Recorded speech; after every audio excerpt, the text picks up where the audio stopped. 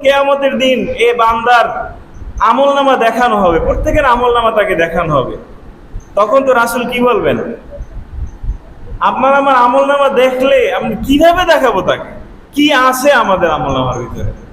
রাসূল তো বলবেন যে হে উম্মত, এই তোমার এই নফরমানি করবা, এই জন্যই কি আমি সেই তায়েফের ময়দানে রক্ত ঝরাইছি?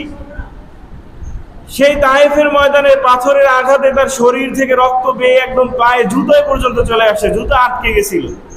তো উম্মত, আমি কি তোমার এই আমল করবা, এই নফরমানি করবা, এভাবেই তুমি চলবা, এইটার জন্য আমি তোমার রক্ত ঝরাইছিলাম? আমার যার শরীরে, রাসূল সাল্লাল্লাহু আলাইহি সাল্লামের শরীরে মাছি পর্যন্ত, মশা বসা পর্যন্ত হারাম ছিল, যে মশা একটা কামড় তাকে দিবে না, পশু পাখি মশা এইসবের জন্য তার শরীর হারাম ছিল, সেই শরীর থেকে রক্ত ঝরাইছেন। কার জন্য ঝরাইছেন? রাসূল বলবেন তার এই আমার আমলনামা, আমাদের আমলনামা দেখিয়া, যে তোমার এই আমলের জন্য কি আমি উহুদের ময়দানে আমার দাঁত শহীদ হয়েছিল, আমার রক্ত, আমার সেই ফলা আমার মাথার ভিতরে ঢুকে গেছিল, আমার দাঁত পড়ে গেছিল, কি এই তুমি এই আমল করবে এই জন্য? তাহলে কি আপনি জবাব কি দিবেন? আপনি কবে বুঝবেন? আপনি কার কথা শুনলে বুঝবেন? কোন ওয়াজিন আনলে আপনি বুঝবেন? বলেন। বলাই তো হইতেছে, শতবার বলা হইতেছে, তাও আপনার আমার ভিতরে কোনো পরিবর্তন আসতেছে না। এটা আসবে কিভাবে বলেন আপনারা? মানে আমরা কি গ্যারান্টি নিয়ে আসছি যে আমরা মারা যাব না? কি গ্যারান্টি আছে আমাদের? আমাদের হিসাব হইবে না, আমি বিনা হিসাবে জান্নাতে যাব, এমন গ্যারান্টি নিয়ে বসে আছি? এই গ্যারান্টি আছে আমাদের কারো? তাহলে কই আপনি আমল কোথায় করতেছেন? আমল কবে করবেন? যখন ওই যে মসজিদে ঘোষণা হবে অমুক মারা গেছে, কবরে যখন আপনাকে শোয়ানো হবে, এরপর তখন আর আমল করার সুযোগ আছে? তাহলে কবে করবেন? কবে? ঘুরতেছেন তো ঘুরতেছেন, দোকানে বসে আড্ডা দিতেছেন, আজান হইতেছে, হাইয়া আলাস সালাহ বলতেছে, আপনাকে ডাকতেছে মসজিদে মুয়াজ্জিন, আপনি গল্পই করে যাচ্ছেন। ওই চায়ের দোকানে টিভি করা আছে, সেখানে মুভি চলতেছে, নাটক চলতেছে, আপনি সেটাই দেখতেছেন, এদিকে নামাজ চলে যাচ্ছে, আপনার খবর নেই। কি আপনি নিশ্চয়তাটা কোথায় পাইলেন? আপনি আপনার দোকানদারির জন্য আপনি নামাজ পড়তে যাইতে পারতেছেন না। আশ্চর্য ব্যাপার। যেই ব্যবসা আপনাকে নামাজ থেকে দূরে রাখে, যেই ব্যবসার জন্য আপনি নামাজ পড়তে পারেন, ওই ব্যবসা হারাম। একদম সোজা কথা, মুফতি সাহেবরা আছেন এখানে। যেই ব্যবসা আপনাকে নামাজ থেকে দূরে রাখে, ওই ব্যবসা কখনোই জায়েজ হতে পারে না। অথচ আল্লাহ তো বলছে আহাল্লাল্লাহুল বাইয়া ওয়া হাররামার রিবা, আমি ব্যবসাকে হালাল করছি। সে হালাল ব্যবসা, আল্লাহ ব্যবসাকে হালাল করছে, কিন্তু আপনি সেটাকে হারাম বানাই ফেলাইতেছেন। ওই ব্যবসার সুতো দিয়ে আপনি নামাজে যাইতেছেন না, ওই চাকরির সুতো দিয়ে আপনি নামাজ পড়তে যাইতেছেন না। যেই চাকরি আপনাকে নামাজ থেকে দূরে রাখবে, আল্লাহর ইবাদত থেকে দূরে রাখবে, ওই চাকরি আপনার জন্য জায়েজ নাই। সোজা কথা। যেই ফসল কৃষি কাজের জন্য, কৃষি কাজ করতে গিয়ে আপনার নামাজ ছুটে যাবে, আল্লাহর ইবাদত ছুটে যাবে, ওই কৃষি কাজ করা আপনার জন্য জায়েজ নাই। তাহলে আপনি কি করতেছেন? আপনি সুতো দিয়ে বসে আছেন, কাজের চাপে আমি নামাজ পড়তে পারি না। আর সত্য ব্যাপার, আপনি কি আল্লাহকে তাহলে রাজ্জাক মনে করেন না? রিজিক দাতা আপনি আল্লাহকে মনে করেন না? আপনি রিজিক দাতা মনে করেন কাকে?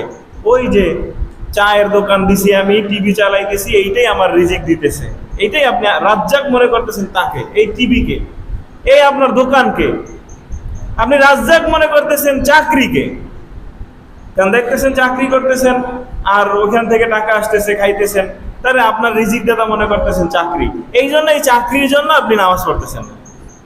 আপনি রাজ্জাক মনে করতেছেন ওই কৃষি কাজকে, এই কৃষি কাজ কইরেই তো আমার সংসার চলতেছে, পেট চলতেছে, তার মানে রিজিক আইতেছে এই কৃষি কাজ থেকে। আপনি তো এখানে আল্লাহকে রাজ্জাক মানতেছেন না।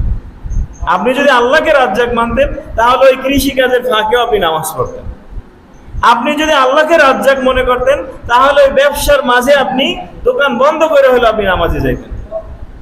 আপনি যদি রাজ্জাক মনে করতেন আল্লাহকে, তাহলে ওই চাকরির ফাঁকে আপনি সময় বের করে নামাজ পড়ে নিতেন। তাহলে আপনার তো ইমানই নেই, আপনি শিরক করে বসে আছেন। আপনি এইগুলাকে মনে করতেছেন যে আপনার রিজিক দেয়। কোথায়? আল্লাহকে রিজিক দাতা হিসেবেও আমরা মানতেছি না, আমরা তাকে মাবুদ হিসেবেও মানতেছি না। আমরা অনেক ক্ষেত্রে এটা হয় যে এমন কিছু কাজ, যেই কাজ ইসলাম বলছে একভাবে করতে, কিন্তু ওইটা করতে গেলে সমাজের মানুষ আপনাকে আমরা অনেক সময় বলি না, মানুষে কি বলবে, সমাজের মানুষ কি বলবে, এরকম বলি না অনেক কথা।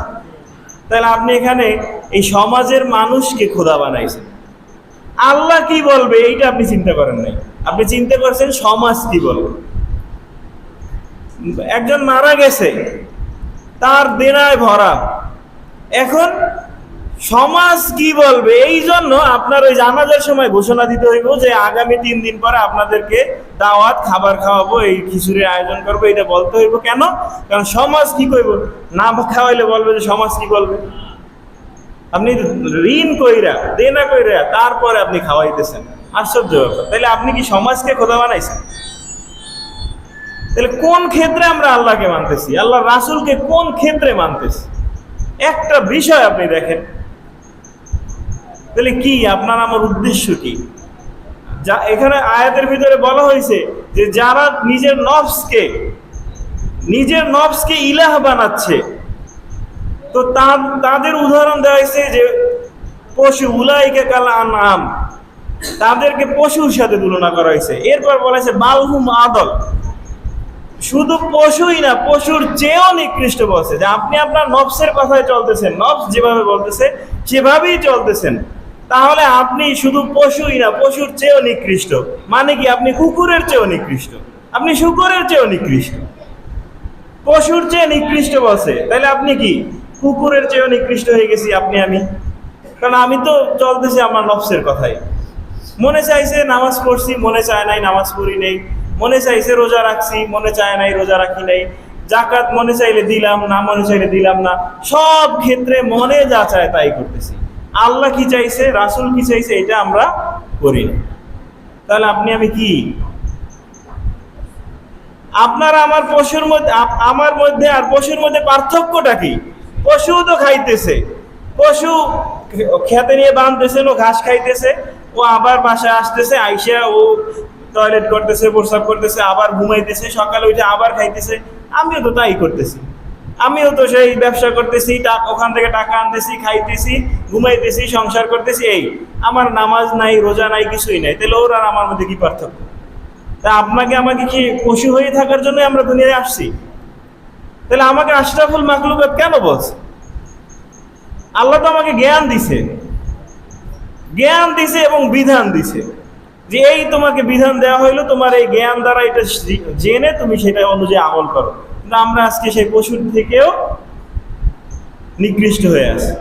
তো আজকের এই মাহফিল থেকে আমরা শিক্ষা নিব যে আমাদের প্রত্যেকটা ক্ষেত্রে, জীবনের প্রত্যেক ক্ষেত্রে রাসূলের বিধান মানতে হবে। এইটা আমাদের ভিতরে আজকে আমরা ঢুকাই নিব। যেইটা করি, আমি ব্যবসা করতে যাই, আমি না জানি, ইমাম সাহেবের কাছে জিজ্ঞেস করব যে ইমাম সাহেব, আমি তো এই ব্যবসাটা করতে চাই, তাহলে এখানে রাসূলের আদর্শ কি?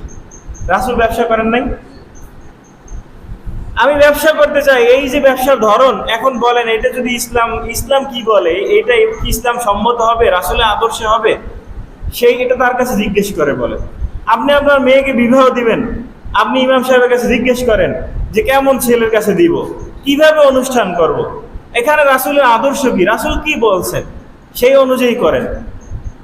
আপনি চাকরি করতে যান, আপনি জিজ্ঞেস করবেন যে এই যে চাকরিটা করতেছি এটা কি আমার জন্য হালাল হইব, আমি কি এখানে এই রাসূলের আদর্শ এখানে কি আছে, সেইটা জিজ্ঞেস করে আপনি চাকরি করেন। আপনি যেই ক্ষেত্রে যান, রাজনীতি করবেন, আপনার জানতে হবে যে এই রাজনীতির ক্ষেত্রে আমার রাসূলের আদর্শ কি ছিল, সেই আদর্শ অনুযায়ী আমার রাজনীতি করতে হবে। পরিবার চালাবেন, সেই পরিবার কিভাবে চালাবেন, সেইখানে রাসূলের আদর্শ কি ছিল, এইটা আমি জানবো, জেনে তারপর পরিবার পরিচালনা করবো। এটা আমাদের উচিত না? কিন্তু আসলে করি আমরা। রাসূলের আদর্শ, রাসূলের হাদিসে বলছে আপনার সন্তানকে কয় বছর বয়সে নামাজের তাগিদ দিবেন? সবাই জানি কয় বছর? 7 বছর। তারপর নামাজ না পড়লে 10 বছর বয়সে তাকে মারার জন্য বলছে। কিন্তু নামাজ আসলে ফরজ হয় কয় বছর? যখন সে বালেগ হয়, প্রাপ্তবয়স্ক হয়, তখন থেকে মূলত ফরজ হয়। কিন্তু আপনার সন্তান যেন ওই সময় পড়তে পারে, সে অভ্যাসটা আসে, এই জন্য 7 বছরই আপনার তাকে তাকিদ দেওয়ার কথা বলা হয়েছে, অভ্যাস করানোর জন্য বলা হয়েছে। আপনি আমি কি করি? ঘুমাই থাকলে বলেও ছোট মানুষ ঘুমাই আছে, ছোট মানুষ ঘুমাক, ও বয়স হইলে পড়বেই। কোথায় পড়ে না, বয়স হইলে আর পড়ে? আপনি ছোটবেলায় যদি না শুনাইতে পারেন, বড় হইলে আর শুনে? আপনি করতেছেন কি? এখন আমাদের যেটা সবচেয়ে বেশি সমস্যা হয়েছে সেটা হলো আমাদের মা বোনেরা এতটাই ব্যস্ত হয়ে গেছে যে সন্তানকে একটা মোবাইল ধরাই দেয় হাতে। এটা একদম মানে ভাইরাসের আকারে ছড়াই গেছে আমাদের সমাজে। ছোট ছোট বাচ্চা 2 বছর 3 বছর 4 বছর ওর হাতে একটা মোবাইল দেয়, এরপর খাবার দেয়, ওই মোবাইল দেখে আর খায়। কি এটা আছে না আমাদের প্রায় ঘরে? কি 3 বছর 4 বছর বয়সে আপনি মোবাইল ধরাই দিছেন? আশ্চর্য ব্যাপার। এই আদর্শ কই পাইছেন আপনি? আপনি প্রথম থেকেই তার আল্লাহ নফরমানি দিয়ে তারে বড় করতেছেন, প্রথম থেকেই জীবনে শুরু